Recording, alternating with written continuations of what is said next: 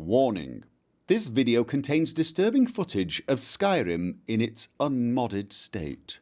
Viewer discretion is advised. I often hear how it's not important how a game looks, it's how it plays. Gameplay beats graphics any day of the week. And that's probably true. But why can't you have both? I mean, if your system can handle it, modify the game to make it look beautiful, that's what I say. And indeed, graphical mods are amongst some of the most popular mods for Skyrim and Skyrim Special Edition. And I want to talk about my 5 most essential graphical mods. And the #1 mod that makes this game look a little better is Majestic Mountains. Which may be a bit of a letdown, all things considered, because most people are probably thinking, wait a minute, there's lighting mods, there are mods that change textures on so many things, there are water mods. Why a mod that changes just one thing? Because the mountains in Skyrim Special Edition are pretty bloody awful, to be honest. I mean, I have to say, when I first started up Skyrim Special Edition, I was quite impressed with how much better it looked than, you know, the old game, Oldrim as we like to call it. I was pretty impressed with the performance, the general improvements in things like the shadows, but one of the first things I noticed and could not stop noticing were the mountains, because they looked fake. They looked like they were paper mache models that had been painted. They just did not look real. And it may seem like, you know, well, it's only a minor thing, it's just the mountains. But there are 2 very important things you need to understand about mountains. The first thing is, Skyrim has loads of them. They're everywhere. The second thing you need to know is they're bloody massive. They are mountainous, so to speak. So you can't miss them. It doesn't matter where you go. They're in your face. And they just kept drawing my eyes to them all the time. And indeed, I think this is a good example of why sometimes a graphical mod is not just about making a game nicer to look at so that you're constantly wandering around thinking, oh, that looks lovely, oh, that looks amazing. Sometimes the more important graphical mods are the ones that remove something that keep you wandering around the land of Skyrim going, oh my god, that's horrible. Don't get me wrong, I do use a lot of other texture mods. I'm using Rustic Clothing 2K that makes all of the clothes look much higher resolution and generally a lot less hideous when you get close to NPCs. I'm using Noble Skyrim, which is one of those major overhaul mods that changes a lot of textures to be much higher quality and also gives the game a slightly different feel. That's down to personal taste, and actually, in fact, it goes beyond that, because I could imagine doing another playthrough and using a different overhaul mod, not Noble, and having the game feel a little different. I'm using blended roads for improved roads, and you can use texture mods for your weapons, for spells, for pretty much everything. However, what I can say is I could live without all of those. I could play the game with the vanilla textures on everything. I might prefer to use the mods, but I could play without those mods. The one exception is Majestic Mountains, because I just cannot live with the vanilla ones. Number 2. SMIM, which stands for Static Mesh Improvement Mod, I think. It's a mod that improves the meshes, the models, the objects that you see in game. It makes them higher polygon count, which is a fancy way of saying they have a lot more details. They look nicer, better. The edges of furniture will seem more rounded. Overall, when you get close to objects, they will look better. more realistic. And you might think, right, but honestly, how often do you just look at little objects like tables and chairs? Well, more often than you might think. But that's not important. You know what is important? This fence. Do you see this fence? Do you notice anything strange about this fence? Anything about this fence jumping out to you? No? Probably not. It looks like a perfectly normal fence, right? It just looks like a fence. It oozes fenciness. Yeah? This is the SMIM fence. You want to see the vanilla fence? You want to see it? This is the vanilla fence. Does that look like a fence to you? Look at it. It looks like it was made with long pieces of grass or thin strips of bark. Does that look like it would survive the harsh winters of Skyrim? Does that thing look like it would survive a determined chicken? Oh, but Gopher, it's just a fence. Who cares about a fence? Look at this post. Do you see this post? Do you see the rope attached to the post? You see how it looks like a rope? Would you like to see how it looks without SMIM installed? There, that's how it looks. It basically looks like there's no rope on the post. It looks like there's a ribbon, or the rope has been painted on. Okay, fine. The ropes look bad, the fences look bad, but I mean, honestly, how often do you spend looking... Stop! Look at this chain. Look at the chain. You see how it looks like a chain? Here's the thing. If you do not want to install this mod, look away right now, because when I show you how this chain looks in vanilla, you're never going to be able to unsee it. Okay, you've been warned. Here it is. Look at it. It completely lacks any third dimension. It looks like the sort of chain a child would make out of paper to hang on a tree somewhere. That is not a chain. This is a chain.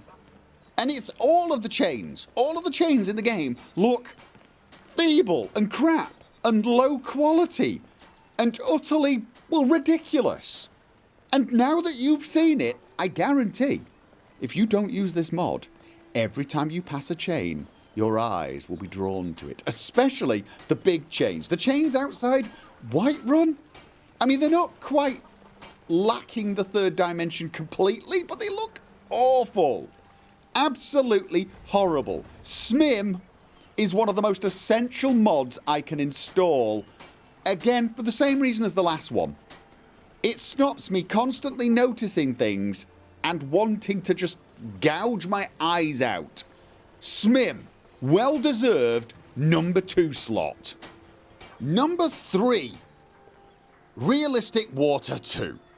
Now this is one of those mods that I thought long and hard about putting on my essential list, and the reason for that is the Skyrim Special Edition water is not as offensive as the original Skyrim game. The original Skyrim game's water looked horrible. It looked like snot. It looked like dribble from one of those unhealthy dogs that's really hungry, and you know that it's sort of hanging from its jowls, refusing to break off. That was the water in Skyrim. Skyrim Special Edition looks a lot better, but there is still something a little off about it. It flows a little slowly and strangely. It still looks a little, shall we say, thick for water, and also low quality. Realistic Water 2 just makes it look a lot nicer, and there's rather a lot of water in Skyrim, so it does matter. There are plenty of other water mods, and to be absolutely honest with you, it really will come down to personal taste and which features are the most important to you. Any of the popular water mods will do. I just happen to like Realistic Water 2, and I have to say, I would not play Skyrim Special Edition without a water mod. I could, but I wouldn't.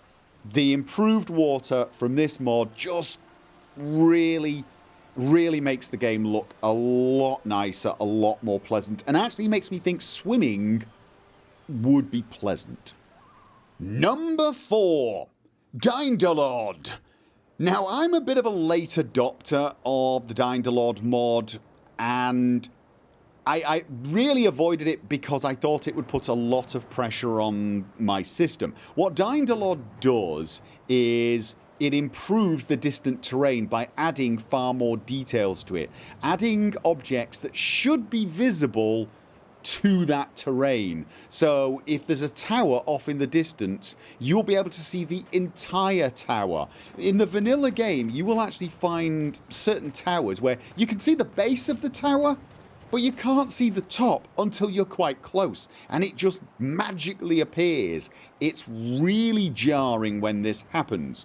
With DynDOLOD, that happens a lot less. There's still some pop-in. You will still see texture pop-ins as the full detailed model gets brought in rather than the distant terrain, but it's not as obvious. The same is true with trees. You'll still see grass appear and other things making a little bit of a pop-in, but it won't be as offensive and jarring as without the mod.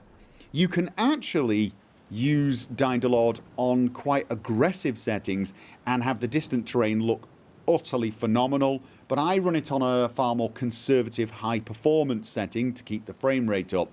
And even on that setting though, the game looks so much better. Everything just... It looks so much more detailed at a distance, but more importantly, when you're moving around, it's less obvious that the distant terrain is suddenly popping in. And that, again, you're going to be hearing this a lot. A lot of the graphical mod choices I've made are about me not noticing things rather than actually adding things that I notice.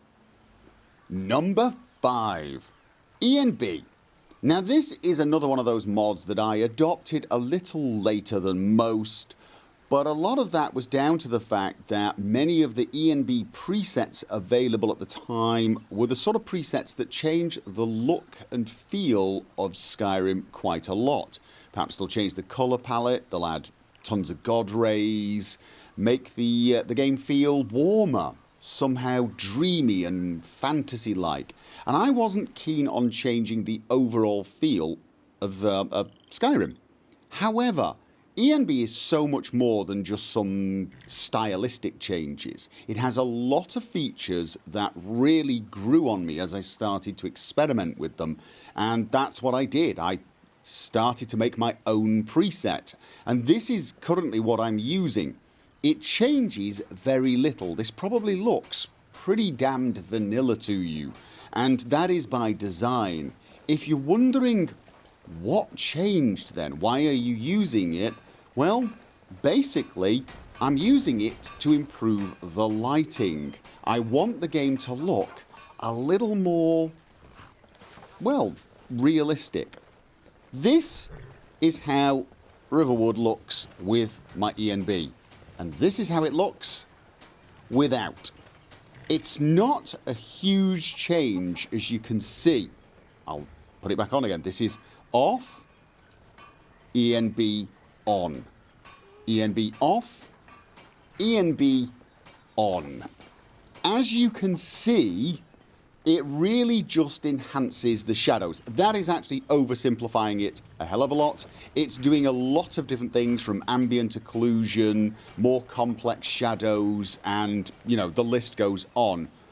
But it's trying to make the lighting feel more appropriate, especially for the weather. The shadows look a lot deeper because the sun is out, and the shadows themselves are more complex and, well, let's just say more correct than for the vanilla game. The same is true indoors as well. So overall, it gives just a generally better look. If you look at things like trees or mountains, they now have better shading. But that is not the only reason. The thing that really ended up selling me on needing an ENB were particle lights. And to illustrate what I'm talking about, you see this candle. This is how this candle looks without an ENB. It looks bright, it's glowing, and it looks like it's giving off light. But if you look at the helmet next to it, you can see that it's not. However, if I put the ENB on, now you can actually see the candle is giving off some light. It's not a huge amount of light, it's just enough light to make it look a little more realistic.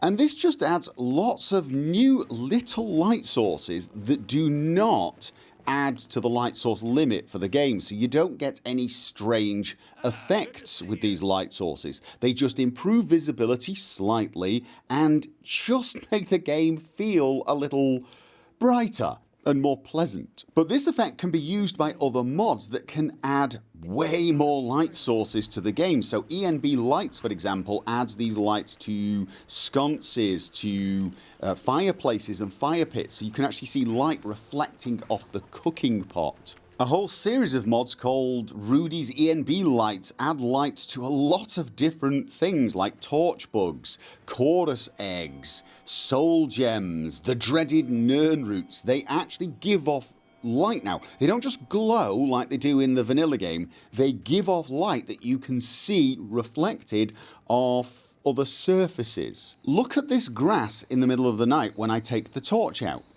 You'll notice the ground and the bush itself are lit, but the grass is not. Let me switch the ENB on now. Do you notice how the grass itself is illuminated a little by the torchlight? And if I move around, that illumination shifts. That is done by ENB lights. Even spells can be made to give off light. Look at this fire spell. I'm going to set fire to the ground. Notice how it's giving off no light? Let me switch the ENB on. Do it again. You notice how it's actually giving off light. The fire is now casting light as it should. And indeed, if I go to third person, you can see that the fire in my hand actually glows on the ground. And if I change the spells to have a green one in one hand and a red in the other, you can see both give off light. And that's it. Once again, I'm probably using this mod more because I now notice these little things, and if I had to remove the mod for some reason, I'd constantly notice how bad the shadows were, and more importantly, I'd be constantly noticing all of these supposed light sources that didn't actually give off any light. So that's it, ladies and gentlemen, my top 5 visual mods for Skyrim Special Edition. Now in the next video I'm still going to be talking about mods that are visual in nature, but they're not just mods that make the game look prettier or, less hideous. They're mods that change the way the game feels. They'll make the game feel more sinister and scary, or perhaps a little harsher, colder. They're mods that add to the, dare I say it, immersion. I'm sure some of you are going to try and predict which mods I'm going to be covering, but if you want to find out if your predictions were correct, you'll have to join me for that video.